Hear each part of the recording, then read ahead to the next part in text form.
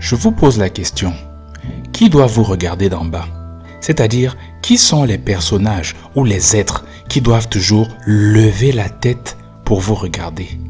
Réfléchissez pendant 3 secondes avant que je réponde. Des personnes qui doivent toujours lever la tête pour vous regarder.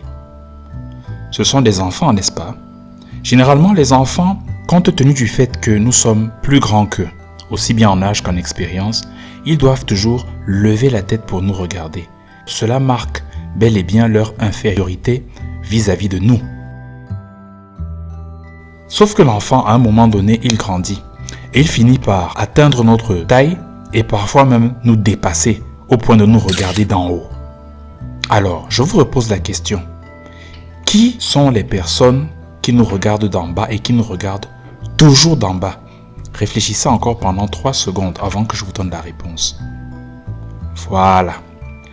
Ce sont des animaux, non? Généralement, ce sont des animaux qui vont toujours nous regarder d'en bas. Quelle que soit la situation, ils vont toujours nous regarder d'en bas, aussi bien quand ils sont enfants que quand ils grandissent, que quand ils vieillissent. Parce que quand nous sommes en haut, nous sommes sur un piédestal, une situation de domination, parce que c'est comme ça. Maintenant, je vous pose la question. Qui est-ce que vous regardez d'en bas toute votre vie?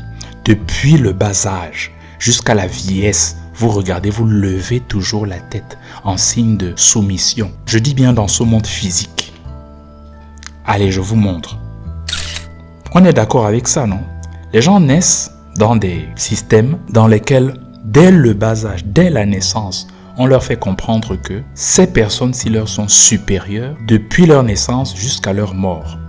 Dans les écoles ou collèges privés, on lève la tête. Quand on entre dans un lieu de culte, on lève la tête.